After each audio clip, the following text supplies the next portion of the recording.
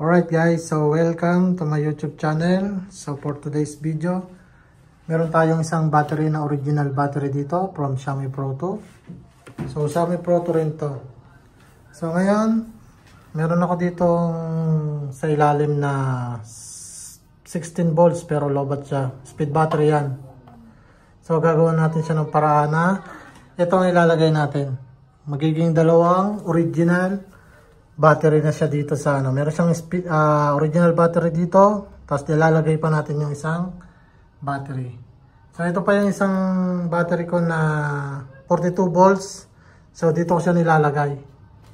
So ngayon gagawin ko, tatanggalin ko na to.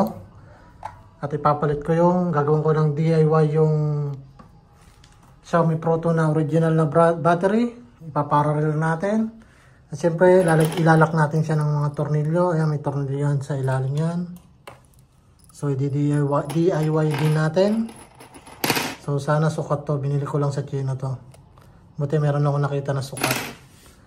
So, ayun, tatanggalin natin. So, ito yung mga wiring yan. So, may mga wiring na yan kasi ito na yung ginagamit ko dati. So, ayan. Kahit wala siyang battery na kahit wala siyang battery na ganoon, tsaka ito, under pa rin yun. Kung makikita nyo dyan, umaandar pa rin siya. So kahit ilagay din natin to. Yan. So kahit ilagay natin yan, pag-connectin natin. So ayan, kung makikita nyo, nakakonect siya. So dalawa na yung battery niyan. Tapos ano to? Tsaka ito. Ito, may speed pa siya. Yan yung ginagamit ko dati. So, under pa rin yan. So, makikita nyo, ma-under siya. So, ngayon, pwedeng maging tatlo yung battery niya na 42 volts, pero plug and play lang. Pero ito, lalagyan ko lang siguro ng speed battery itong itong bag na to. Ito yung relay ng speed battery, nakahiwalay siya. Ito naman yung relay ng parallel. So ito kahit magagamit natin to kung may speed lang to. Pero kahit wala nang ganito, pang speed lang to eh. So kahit ito lang ilagay nyo, dalawang ganon.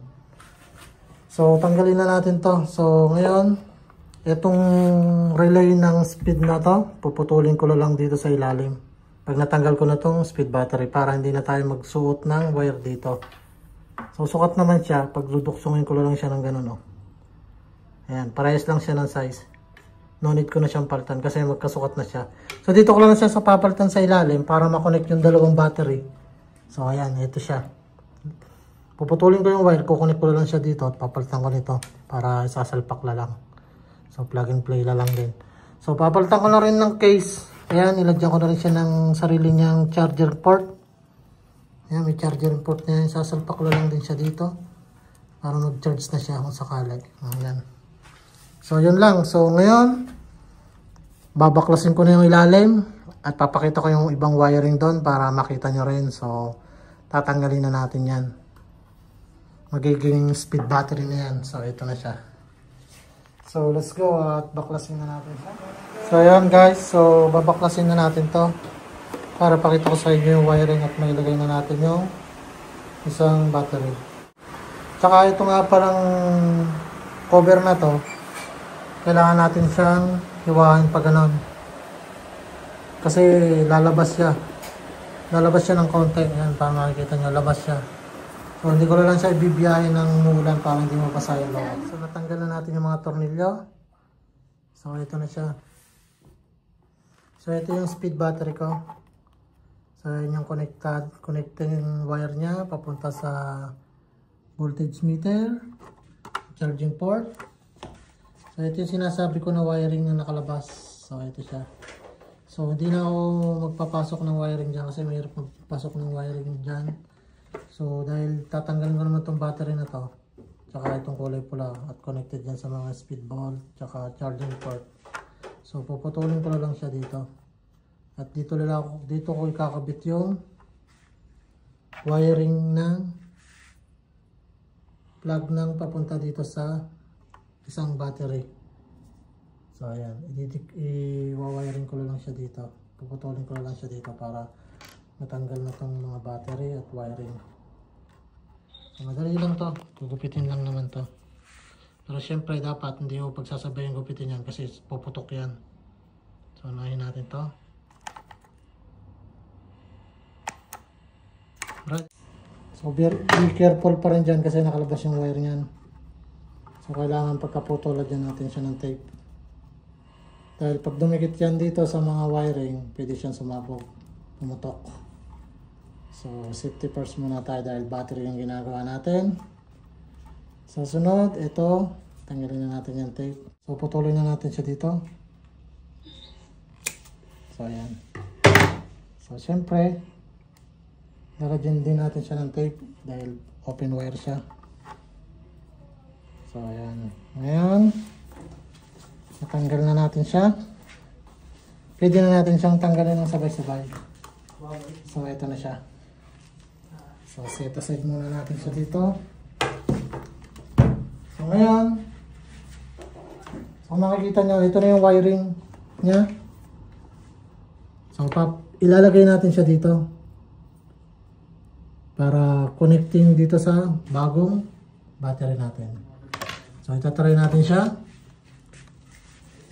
Ayan, so magiging dalawang battery siya. Makikita nyo, mayroong isang original battery at saka itong original battery na sa ibang Proto. So ayan magiging pormahan niya. At ngayon, meron siya tayong tornilyo. Ito yung tornilyo. Puputulin natin siya at ilalagay natin dito. Para hindi siya malaglag. So nakakonect siya.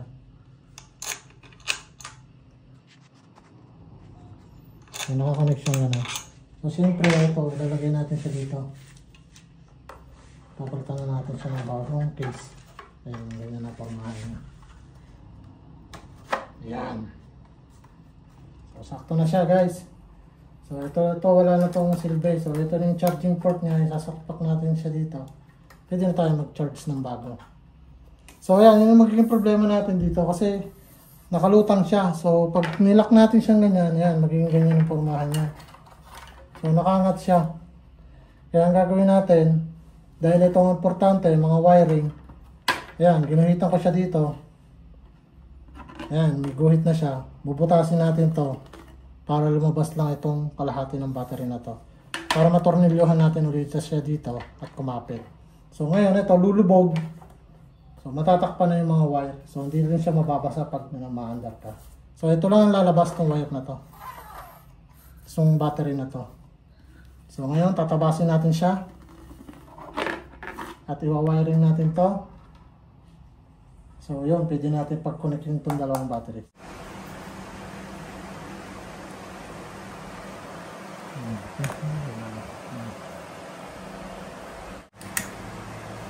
Alright guys, so tapos na. Nahihinang na natin yung connection nito. Para may connect natin siya dito. So try muna natin bago natin ilagay yung pagduksongin yung dalawang battery. So alright guys, so naikabit na natin. So itatry muna natin siya. So ito yung ito yung hininang natin kanina. So connected na siya dito sa ating bagong battery. So dalawang battery, pagkukonikin natin, try na natin. So isasalpak na natin siya. So ito sa charger, para doon. Ito sa BMS, wala problema yan. So salpak na natin siya dito, try muna natin. So ayan, nakasalpak na siya. So ito yung output niyan. Dahil nakarelay na siya dito ng parallel.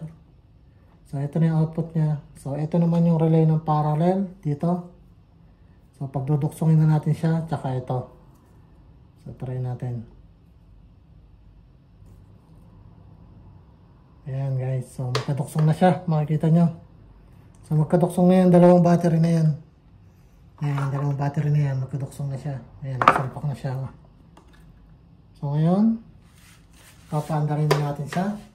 Bubuksan ko. Andarin ko. So ayan na guys, maandar na siya. So, makikita nyo, goods na. Dalawang battery nakakonect. Dalawang 42 volts. So ayan, connected na siya. So ayan. So goods na siya.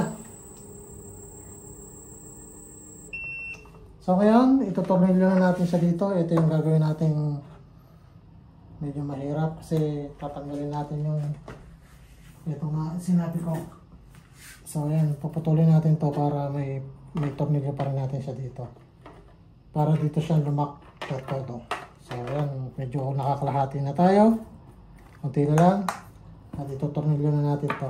Okay. Alright guys, so itutornilyo na lang natin siya.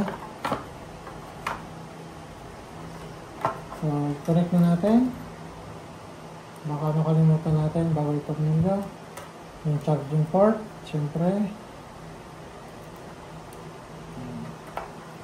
So, pasok natin siya sa loob. So, ito gumagalaw siya. Ngayon, itutornilyo na natin siya. Ito yung mga tornilyo na pinutol na natin. Ayan, makikita nyo pinutol na. Tornilyo na natin sa loob. Isa. Dalawa. Tatlo. Meron pa. Isa. Dalawa.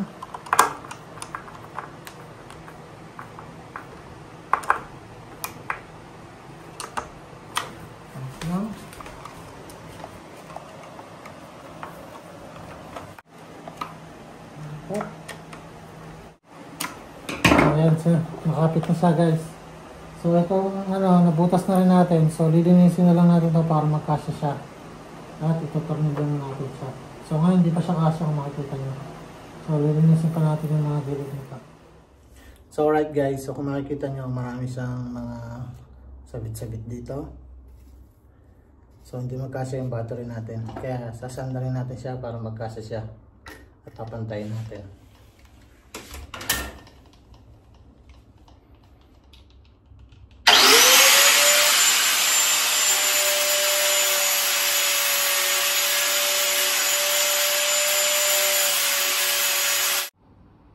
At ayun guys, so kung makikita nyo, okay na siya. Natabas na natin lahat. So ikakabit na natin siya kung kakasya na. So ang purpose niyan is para matornilyo to. So hindi naman siya malalaglag dahil masyadong malaki na yung tornilyo niya na 4 dito. So ayan, kasya na siya.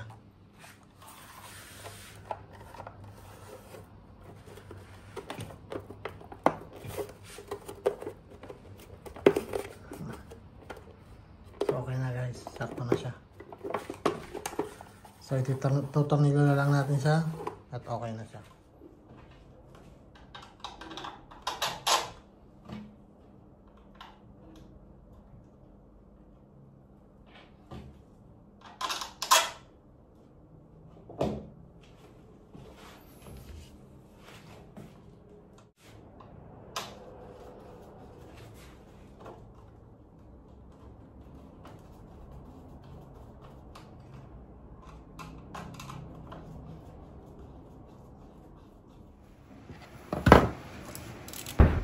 So ayan guys, at dito tapos na natin siyang matornilyohan.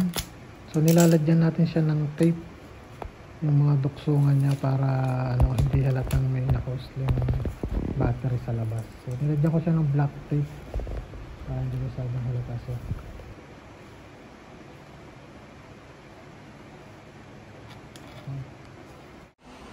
Alright guys, so pagkatapos nating tornilyohan, pinalot natin siya ng tape, yung mga konting awang niya para hindi siya pasukin ng tubig, lalo na dito dahil dito yung controller niya. So hindi naman kita to dahil nasa ilalim niya, pero fix na yan. So itayo na natin at let's try. Video.